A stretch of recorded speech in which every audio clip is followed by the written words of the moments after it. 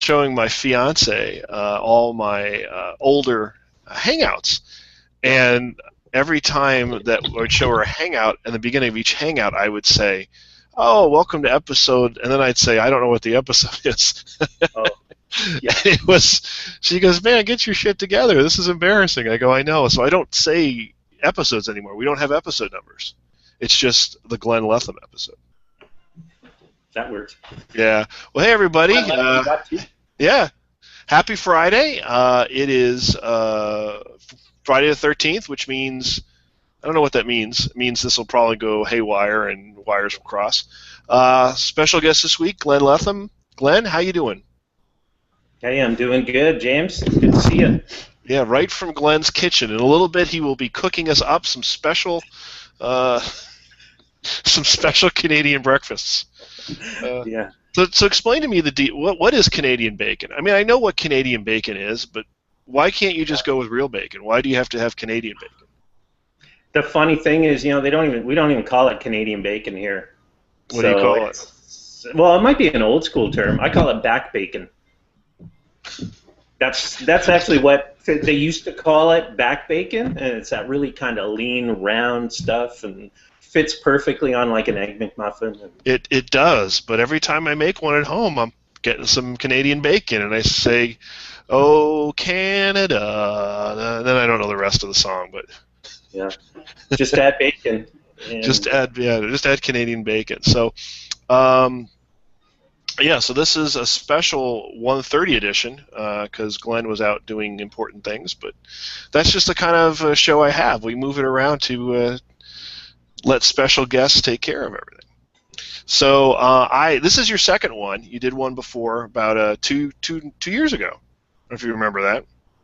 Yeah. Yeah. I was fill-in guy 2 years ago again. Yeah, well, you're not really a fill-in guy this time. I mean, I'm supposed to have Ian White on sometime that he is getting out of Nepal, but apparently Nepal is deeper than any of us know. So you were on my list to bring back. In fact, I had the Hangouts with James Fee intern staff do a little research, and you've joined a select company now of people with at least 2 Hangouts. 2 times. Oh, wow. Yeah, if your name is Steve, you are on a lot. I think yeah. Steve CP has been on, I believe, 5 times, and Steve Coast has been on 4 times. So that's 9 Steves have been on. Wow. They're like the Alec Baldwin of SNL. Yeah, I was thinking that. So I don't know what that makes you. You're like the Steve Martin, Yeah. You've got kind of that Steve Martin hair going. Yeah. It is getting a little gray. Yeah, you're no Alec Baldwin. I'll be honest with that. So we were talking before we got on. We were talking that neither Glenn nor I had been to Phosphor G. So I can't ask Glenn, "Hey, would you like a Phosphor G?" But I'm going to ask you the same question. What did you find interesting at Phosphor G remotely that kind of caught your eye? Oh, okay. You know what? I jotted down some of the things here that. Oh my goodness! Yeah, looking at my notes. Okay, open drone map. I gotta check this out because I did notice that that word drone dropped a number of times. It's kind of a hip thing to do, right? Drones is. Yeah. Yeah, that was quite the fancy thing, the drone, open drone map, and we'll put that in the show notes for those that want to check at that. I'll have the interns throw it in the show notes. Look, I'm pretending like I have interns. I'll throw it in the show notes when I get to it. Yeah. Do you have an intern still? No. Madeline has gone on to bigger and better things. She was a anthropologist. And so she was working at WeoGeo, but she always wanted to be a scientist. So off she went. And I heard she just got married. So, hey, as the world turns. Yeah. A lot of that going around, I guess. Well, it's spring, and people want to... I was about to say something probably inappropriate, but such is life. Yeah, congrats to you on... my marriage, yes, I'm getting married. For those that don't know, I'm getting married September 26th. So that's like 6.5 months. Hey, 2 times is the charm. Nice. That's what they say. So I'm excited, and I can't wait. And September is a long way away. But I don't know what I'm doing here with my hand. But Lots of time to plan. Yeah. Good. well, so she's got that all under control. I just give opinions when opinions are needed, and I'm forceful when I need to be in opinions, and other times I'm just like, you know what? If you want to have a charger plate that's gold, who am I to say no? Yeah. Yeah. In fact, I didn't even know what a charger plate was, and now I do. So, you know what a charger plate is? A charger plate. Hmm? No, it kind of reminds me of from my Nokia days, like a charging, something you'd stick your phone on to wirelessly charge. So it's funny you describe it that way, because that's actually what a charger plate is. It's one of those fancy plates that's beneath the plate you actually use. So it's like two plates are layered. And the charger plate, so you can imagine you have a white plate and then you have a bigger gold plate underneath it. And so you get that nice little effect around it. So Okay. it's like we're in the wedding show with James Fee. Yeah. So I don't know if you saw this, but at the Esri UC they were talking about that Esri, I guess, is going to support vector tiles now. Or they sort of did, but now they're going to make a better API, and they're going to adopt Mapbox's vector tile API. So I saw Sean Gillies tweet out, if you want to use Mapbox's, if you can't wait for Esri to get their act together, use Mapbox's vector tile format today. So Wow. You never know who's going to be partnering these days, right? Well, it's interesting, right? Well, I don't know if it's necessarily a partnership, but it's actually, in the old days, everyone just created their own thing, right? You'd look at what somebody did, and you'd say, oh, that's pretty cool. Google, yeah, you got pretty cool tile API. We're just going to change it a little bit just to make it better because we know better. And then you end up with all these inconsistent APIs. I mean, I don't know if you remember, but Esri's original API had 512 by 512 tiles instead of the 256, and so there's very good reasons to do that because it's faster, but on mobile device it's slower. But incompatibilities, right? You had to deal with different little tile sizes, and it was nuts. I mean, they had a good reason to do what they did, Esri did with the 512, but the reality is it wasn't a good idea because everybody was used to the 256. So this is a good sign to see that the industry is saying, look, if there are good ideas out there, it doesn't matter who's invented here, we'll just adopt them. So I'm guessing 2015, 2016 is going to be the vector tile revolution. It'll be pretty interesting because we always create tiles, right? You bake the tiles, you cook them, you make your cash, and just being able to have a little more flexibility for styling and stuff, it might be kind of interesting, Yeah, I don't know. I think I was talking about this. I don't know if it was you before the show or I was talking to someone else. It's the speed of innovation is faster and it's more confusing because you don't always hear about it, right? Did you hear about this Esri thing yet? Oh, Glenn dropped off. Oh, I guess he's baking cookies. Hold on, Glenn Letham.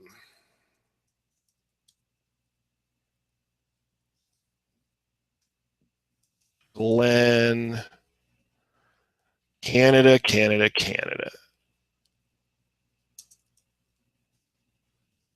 There we go. Boom. All right, he should be back. But anyway, what I was saying is that the innovation is actually kind of awesome. So much is happening from so many people that you just don't understand. You can't follow it all. I look in Twitter sometimes, and I'll be scrolling along, and oh, here he comes. Hey, there you are. Welcome back. Y'all good? Oh man, hey. Perfect. You got me? I got you. You sound great.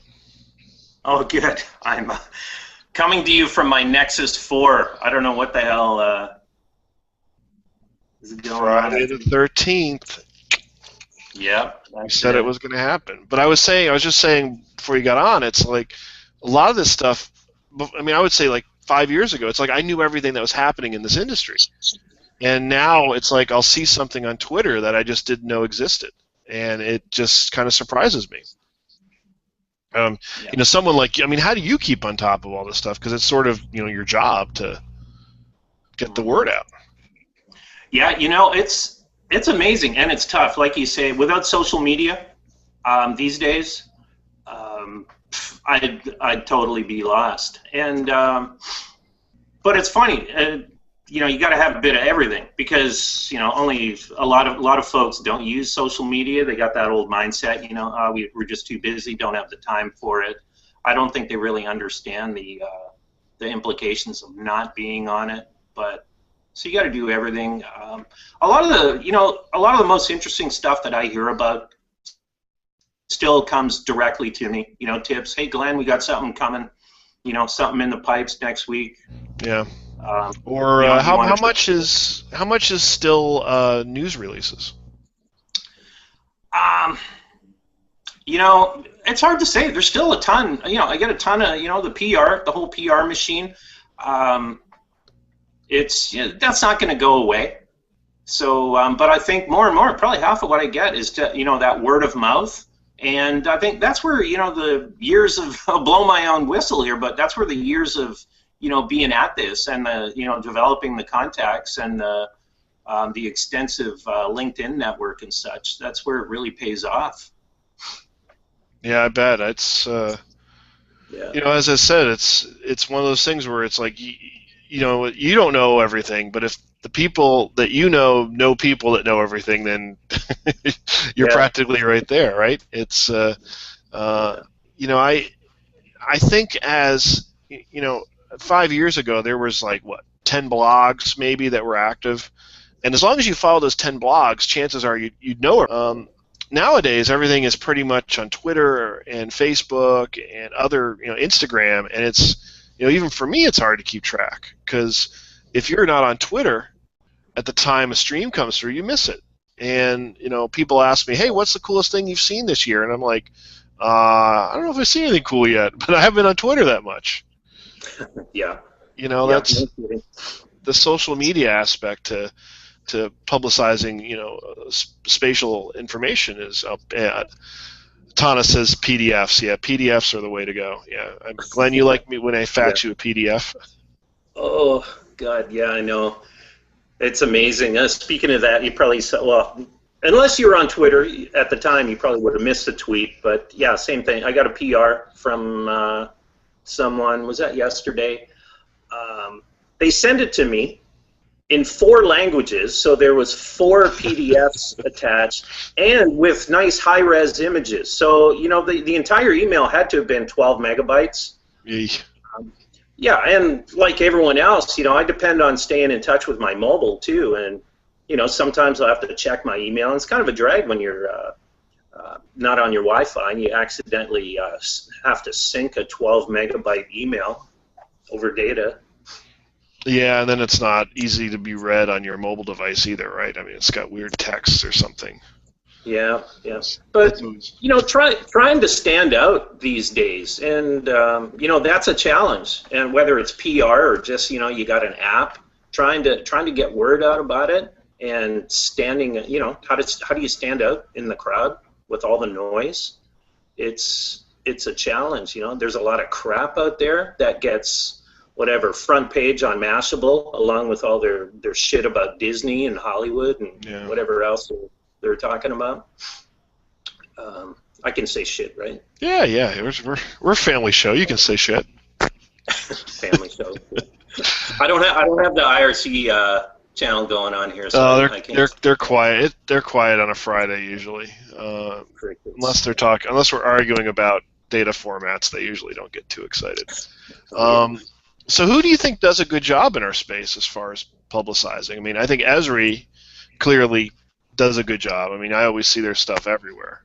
But who do you think someone else that you've noticed is pretty good?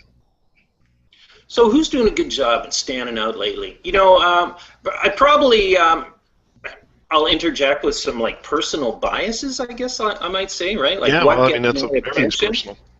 Yeah, but okay. Neil from GeoJob, I like what he's been doing. I think they're an interesting story. Are you familiar with the latest kind of app and stuff? No, I haven't seen this stuff in a while. So. Okay, so Neil with the map this hashtag is always a good way of finding out what those guys are doing. It's kind of that's their branded hashtag. So they've got this admin tools in the ArcGIS marketplace. So that's their latest thing, and apparently I was reading about it, and it's just, the product was born from an internal project, right? They had a need to support all their clients, and so they developed this, I guess, like an extension to, to help administer all these, web services that they were managing for clients. And now it's like a top product in the ArcGIS marketplace, and they got a lot of airtime and an award from Esri at the Dev Summit. Wow, that's good for them. Yeah, so they do a good job promoting that. Anthony and Spatial Networks guys, I really like what they do. I think they stand. They stand out to me because they interject a lot of personal commentary with stuff, and you hear from the whole team, mm-hmm. rather than just hearing from the marketing guy. Yeah, personalize it, make it a little more. You feel like you're part of their team as opposed to just here's these guys telling you what you should know. Yeah, I think it's a good strategy. If you can get the whole team involved in your communications, and they should all be marketers for you anyway. They might not have a marketing title, but it works really well. Yeah, so someone just asked me, they want to know what's a good way to get your attention. I mean, clearly, emails and such, but what do you think? If let's say you didn't know anything about something, what's mm-hmm. something that catches your eye more than anything else? What gets my eye? Well, personally, the best way of nudging me, if you want to get my attention, is just mention me on Twitter. I think it's the perfect way, just for something short and just a nudge. Because it's Twitter's a mobile client. It's perfectly married for mobile. So when you mention me, my phone's going to vibrate. I might not look at it right away, or if I've been busy or whatever, but I'll spend some time going through it at night. That's pretty much the can't miss way. Because you're right, it is tough. If you get an email across to people, that's a crapshoot. Yeah, I was I was at a conference recently. It was one here in Phoenix. It was like one of it wasn't Cactus Con, but it was something like that. And the guy was saying, "Don't email me because my email box is full and I'll lose it." Yeah. But there's something said. When was the last time your email box was completely empty? Oh, never. Right? I use Gmail now, and what am I at now? I've probably got 150,000 messages. I just leave everything there. Yeah. That's the point, though, right? Is that you got to find a different way to get it out. So, having, I guess, tweeting you something and then having a web page that's interesting that describes what you're doing. Because, right, I can say, hey, Glenn, look at this thing I invented, and if the page doesn't describe anything about what it is, how are you going to know to ask me back more information? Yeah. That's one thing. People always send me stuff, and it's like, I don't understand what this is. It's just a web page that doesn't mean anything. Or it's a map. I get it as a map. What does it do? Yeah. Yeah. We were talking about this too earlier. Like Directions Magazine, they rebooted, or whatever you want to call what they did. It's harder and harder to go to an industry publication anymore. There's your GIS user site. There's a couple other smaller ones out there, but it's harder just to know that, hey, I just go to this one or two blogs and they're taken care of. Yeah. Do you think there's? What do you think the future is of GIS user? Right now it's a huge content management system of pages of information describing things. Where do you think you see that going? You've had to think about it, right? Yeah. Where is it going? Well, obviously now you've seen, I can't remember when we switched. So it's driven by WordPress, like pretty much all the other, news type blogs and sites that are out there. So we finally we gave it a good upgrade, I don't know, over a year and a half ago. So it makes it a lot easier to search stuff.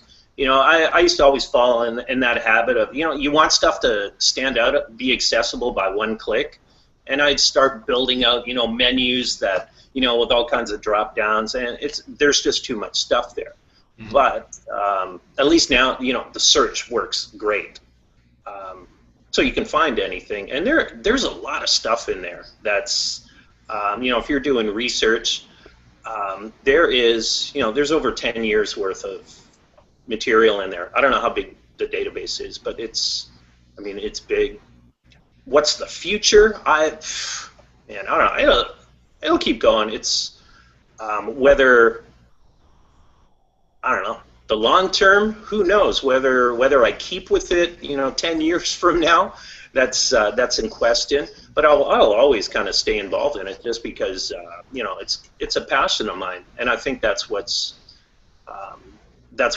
allowed me to do this full time. Whereas it's tough to have many of these kind of publications where people actually get paid and make money doing it. It's not easy. No, it's not. I mean, and there's successes and failures too, right? I mean, you had Symbian, whatever was that? What'd you call that? The Yeah. old Symbian One, yeah. Symbian One. I mean, is that still around, or?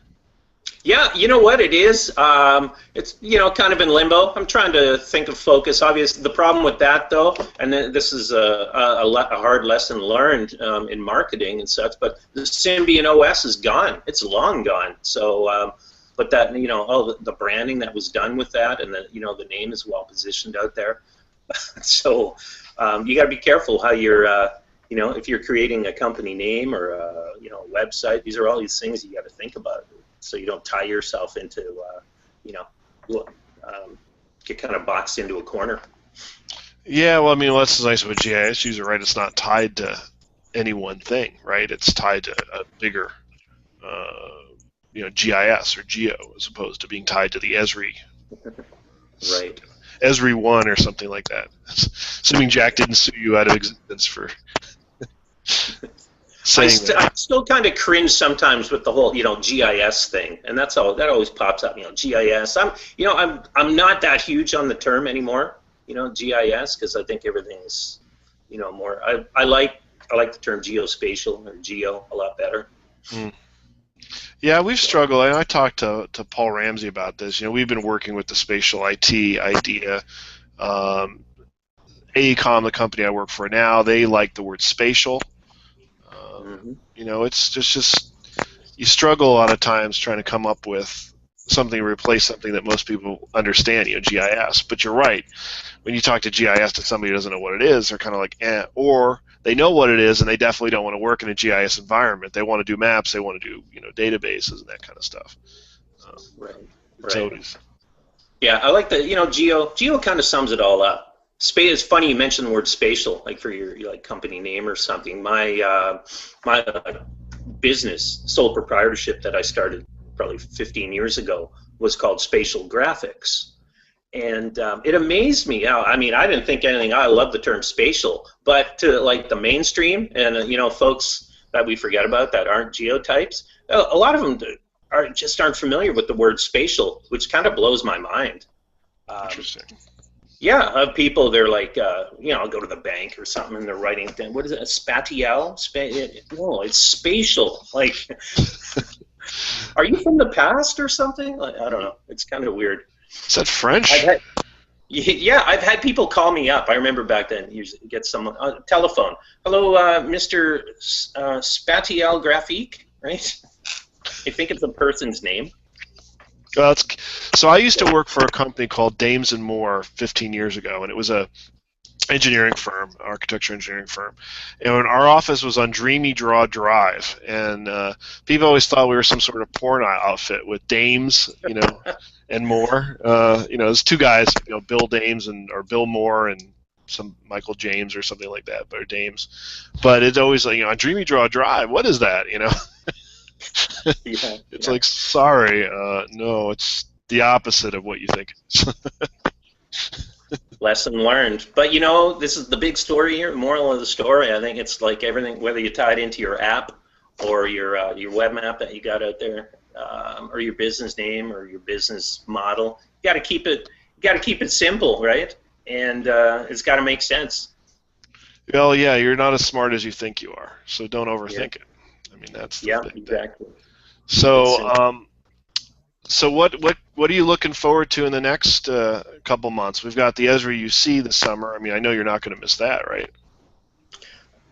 Probably not. You never know. It's yeah. I'll likely be there. Wait a It's minute. funny. I was Wait a minute. Wait a minute. You're telling me there's not going to be a picture of you with your arm around Jack Dangerman this year? wait and see. I guess. Yeah. Holy cow! We better get Jack to get you down there. I mean, that would be disappointing. Yeah. No blogger meetup at Dick's Last Resort. Yeah. It's interesting. People always ask me. It's been a number of years since I've done like an official one. A few years. I don't know, probably 4 years or something since the last good one was done. But they just kind of. I haven't actually organized one the last couple of years, but they just happen. Sunday night is always, you know that it's always great for that. Dick's is the good, the meeting place. Yeah. But if I am going, who knows? I may be open to if anyone out there wants to partner up too, and throw a good blogger meetup. Reach out to me, and maybe we can work on something. At G Letham on Twitter is the preferred method, as always. Yeah, yeah, yeah. I was thinking, but also, what I wanted to say, you asked me like, what gets my attention, what stands out. You know what? Visualizations, right? There's nothing like a good map or infographic that really that gets me going. yeah. Kind of reminds me of that you posted. Well, I don't know if you posted it or if it was a feed that you have to Facebook. You run a feed through there too, right?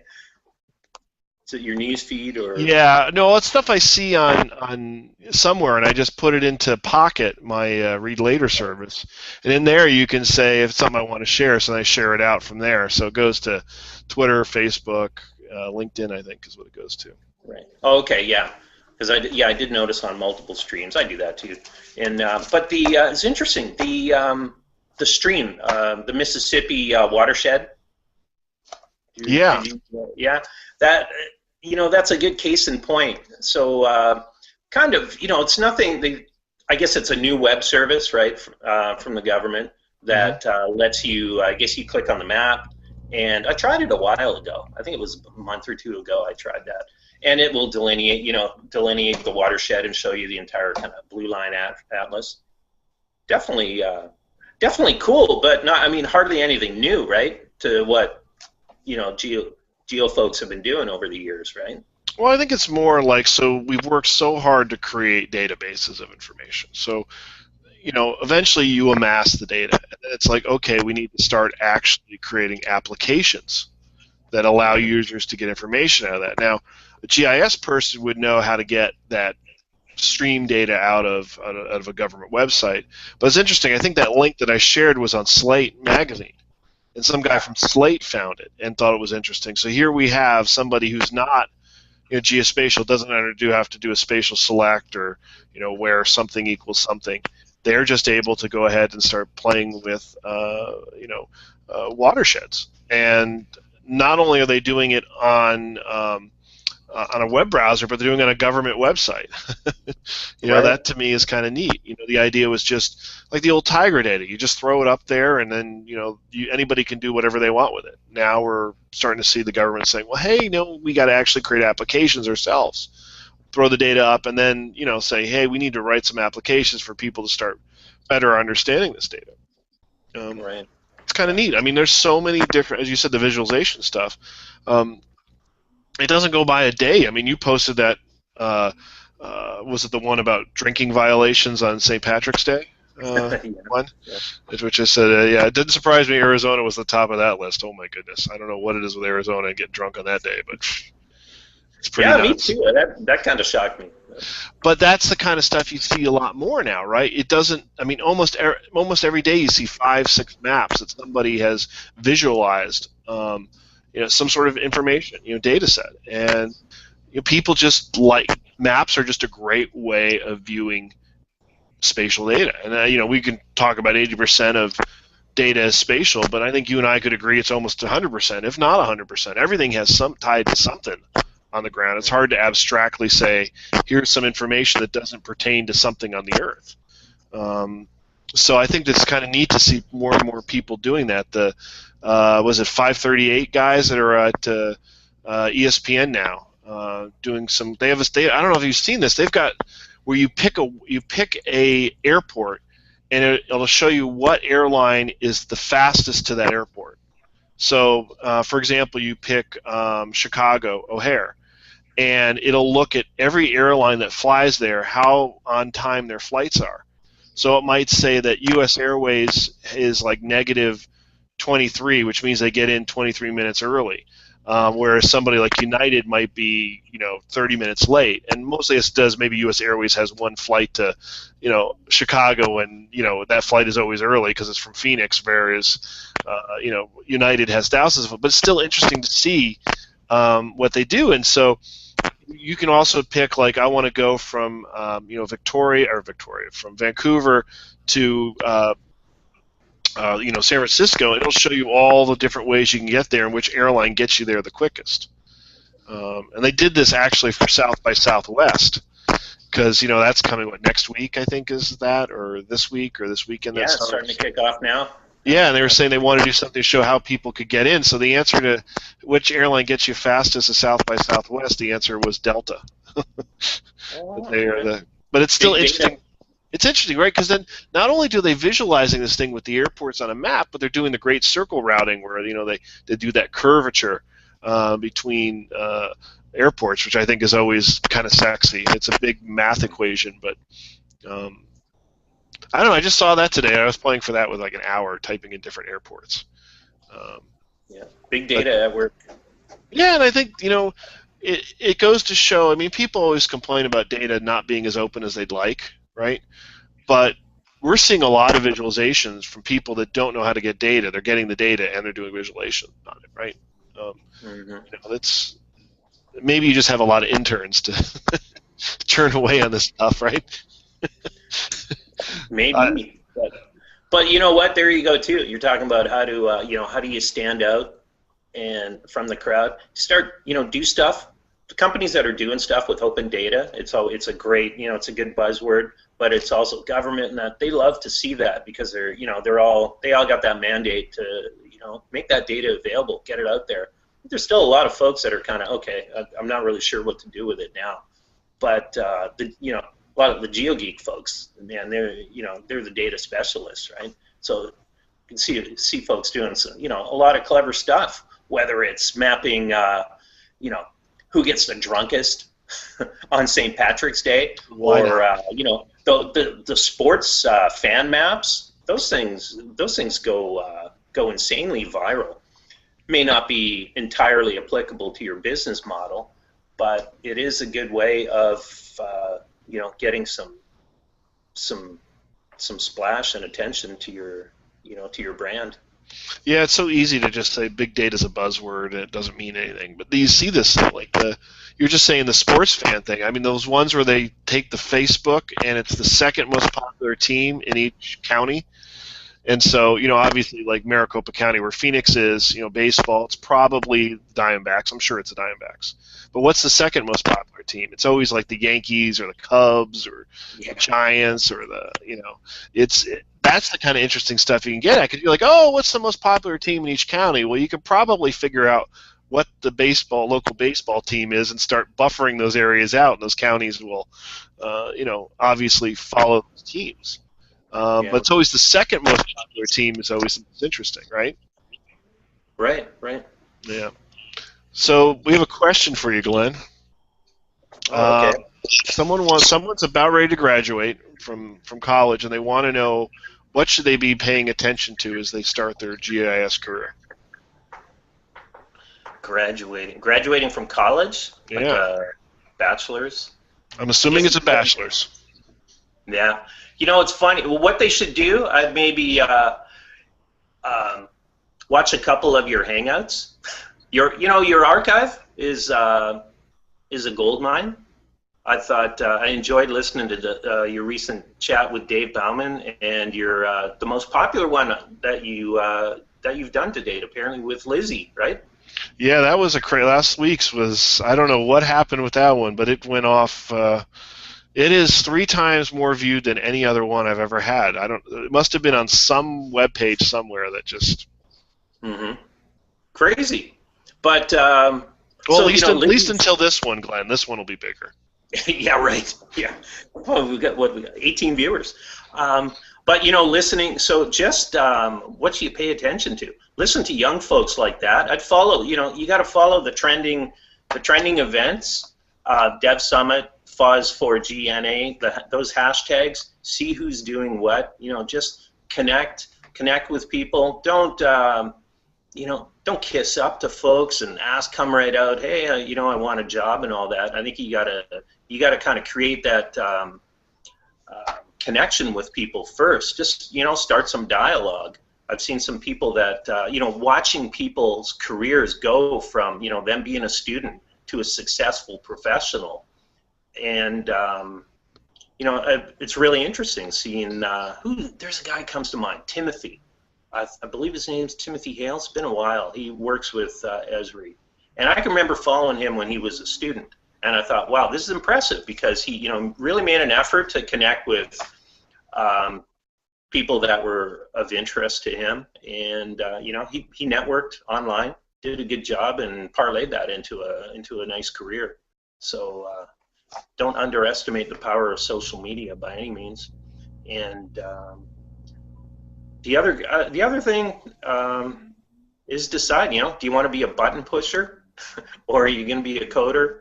I'm not a coder myself, but I can tell people that for sure that that's where the money is.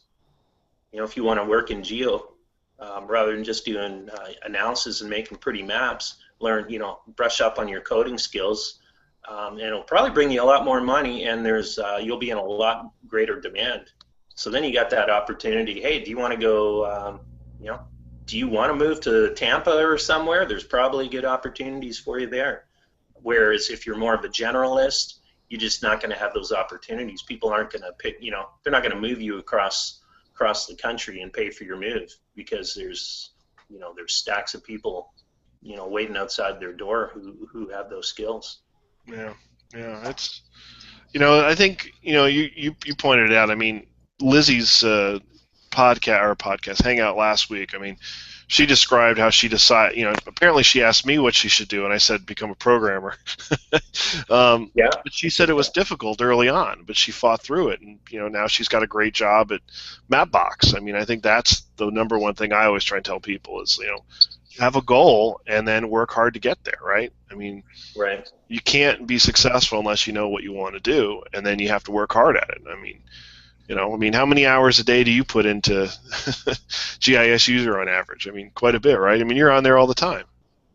Yeah, it seems up and down. I make my own hours, but there's a lot of times I'll be at it at night. I get up pretty early because I'm on the West Coast, so if I was to wake up at 8:30 and start doing stuff at 9:30 around here, well, shit, it's already noon for a lot of the people I'm connecting with. So those jerks back east. Yeah, so I'm up at 5:30, and yeah. Well, it's just, there you go. That shows you got to be committed to doing this. Yeah. Don't mind me moving around. I'm looking for my. I'm just looking for my plug, because I'm on my. Like I said, I'm on my phone. Oh, jeez. We'll get a tour of Glenn's house. Yeah, you get a tour, and hey, Zoe, you can meet Zoe. Oh, Zoe, yeah. Zoe hasn't been on the Hangout yet. Want to say hi to Zoe there? Say hi. Hey, Zoe. She's famous. And so I don't know where I'm batting. Oh, there we go. There's the plug. Yeah, so you're getting the full tour here today. The nickel tour. Well, at least we got to see Zoe. So how do you stand out? Learn that. Well, you, like I said, connect with people like yourself and others who are doing great stuff, and expect to work hard. I'm going through this with my son. He's 20 years old. Mm-hmm. We can blame social media for this too. That you have this this vision that people just think, right? You don't see all the hard work that goes into developing stuff. Because online and through social media, because you're only hearing you're seeing and hearing about the end results largely. You don't, you don't realize how much work. So especially, kids nowadays, I think that they're just expecting that stuff's going to drop into their lap. Yeah, we hired somebody recently that didn't work out, and they were more interested in streaming the World Cup soccer matches than actually doing their work. It's a really weird concept, and I think the gentleman has a job now, and I think he learned his lesson. But you're right. Youth is it's tough finding younger people, because I enjoy finding young people, and I want to help them out, because I was lucky enough to have someone help me out when I was young. But these college kids, man, they are totally not prepared for the real world. I don't mean to sound like old guy, but I guess I sound like my dad. Get off my lawn. Get out there and network. Networking. I still do it. Hell, I'm 50 years old now, and I can't get enough. Any opportunity that I have, I'm out there, because you never know who you're going to meet, and and what can become of that. You just never know. For young people, really important. Well, you do never know. I mean, there's, you said the networking, I think, is key. I mean, there's so many people I've met at conferences that I'm not sure I ever would have connected to if I didn't actually get a chance to be with them. And, the Ezra UC, the Phosphor G, those are great ones. I'm actually going to go to Google I/O this year for the first time. It's my plan, and I'm actually curious to see some of the, Google Maps developers that have no idea of what I do at all. I mean, that's going to be interesting as well. Yeah. Wow. We will, and then walk away with some nice swag too, I imagine. Right? Oh, it's under your chair. And I'll be like, oh, an Android phone. What do I do with it? You get one, and you get one. I'll be like, anyone want a phone? I got a Mac. I got an iPhone. Yeah. Oh, hey, you know what? Last piece of advice for that long question we had too. Speaking skills, man, and and that's something that we can all probably want to brush up on. I know myself, I would like to, but that is highly valued, and public speaking just scares the crap out of everyone, but it's a very valuable skill. So I would encourage anyone, and whether you're a student or a seasoned professional, get better and better at speaking. Hell, watch if you want tips, Dave Bauman and Brian Noyle. I've seen their speeches on Map Zen and some of their tips on presenting tech at a conference. Those guys got some really good pointers. Yeah, those were some good ones there. I mean, it's I think the biggest thing is just experience. It's with anything. I mean, you talk and people say, "Oh, talking's so hard." It's like, well, how many times have you presented? Well, once. I'm like, well, shoot. I can tell you, the first time I ever did it, I was scared out of my mind. Yeah. And I think that's anything. I mean, the first time you do anything, you're nervous and unsure of yourself. And, just like you work at getting better at buffering a polygon, you need to work at getting better at talking. And it's hard. Life is hard. Yeah, so definitely. I mean, you'd rather get work the bugs out at doing a Ignite presentation or something over beers and a little more casual, rather than trying to work the kinks out in a presentation for your company or something where if you bomb, it can have devastating consequences on your career. So no pressure. Yeah, so get out there and speak, you kids, whenever you can. Oh, jeez. Have you ever done a lightning talk? Yeah, I've done a couple lightning. I've done both the ones where they're timed and Ignite talks, where Ignite, they forward automatically. I'm not a big fan of Ignite talks because I like to run at my own pace as opposed to, every, 20 seconds, the slide moves forward 15, whatever it is. And I kind of sometimes I know it's going to be hard to believe. I like to talk. Yeah. So it's really? Yeah, I know. Yeah, those are a real challenge, though. Trying to get your point across in 5 minutes. Definitely a challenge.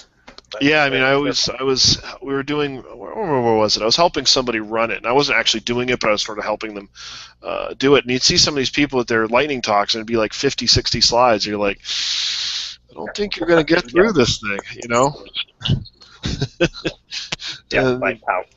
you know, and then you're like, sorry, Mike, game over. Oh, goodness.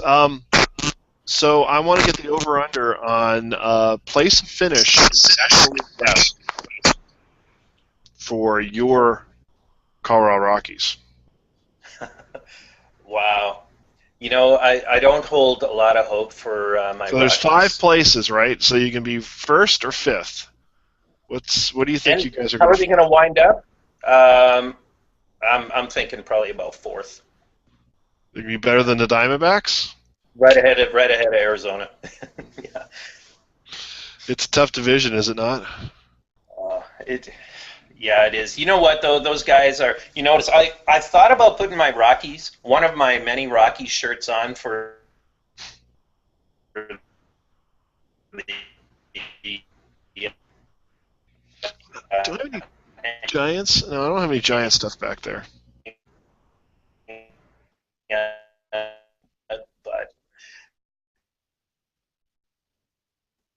but I'm becoming and better. So league this year, they're going to be good.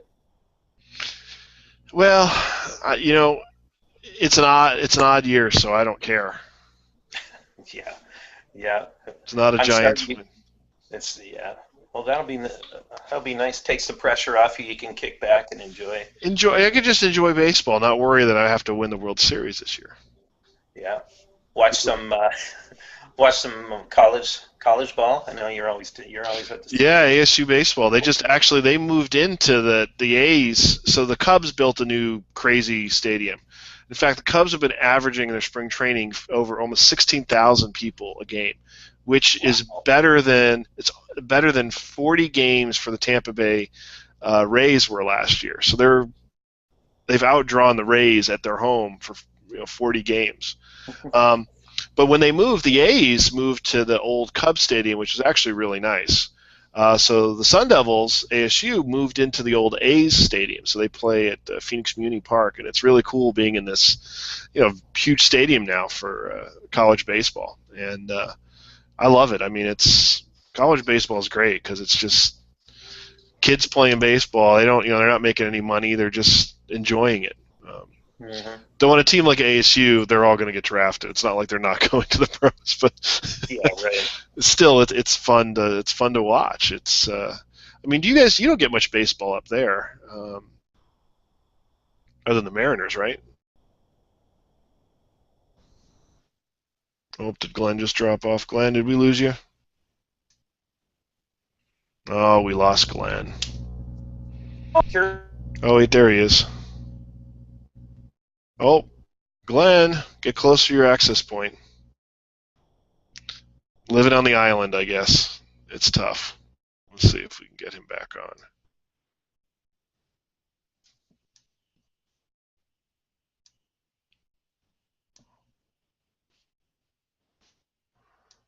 All you live people get to see this. Like when we fix this will be gone, and people won't even know Glenn dropped off. That's what's great about watching this not live.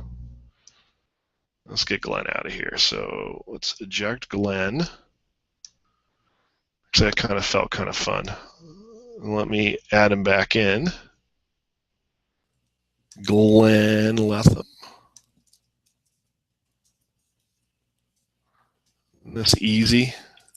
Everyone's like, God, this happens a lot, doesn't it? All right. Boom. Oh, so Friday the 13th. I will just blame it on Friday the 13th. I should have known to not have a hangout on the 13th, but what are you going to do? What are you going to do? So let's let him back in. I need some music here, some hold music. Yeah, so I said, yeah, we don't need the Jeopardy music while we're waiting for Glenn. Unless he can't get back in. Maybe Canada fell off and froze. give him about one more minute, and we'll cut this all out.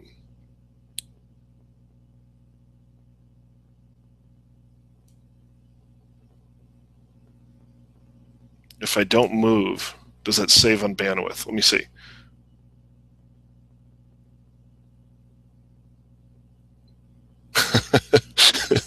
All right, well, I don't think Glenn's going to come back, so we'll call it a Friday. Everyone go home, take a drink, enjoy your weekend. We will be back next week with, well, actually, we will not be back next week. There's a special time next week. It's the Monday, a week from Monday. It'll be Steve CP will be joining me, and he will be, we were joking about people have been on a lot. It'll be his 6th time on. And so we're going to talk about DeLorme and Uber and try and figure out what that means for technology. Anyway, everybody have a great weekend. Take care, and I will see you not next Friday, but the Monday after. Take care. Bye.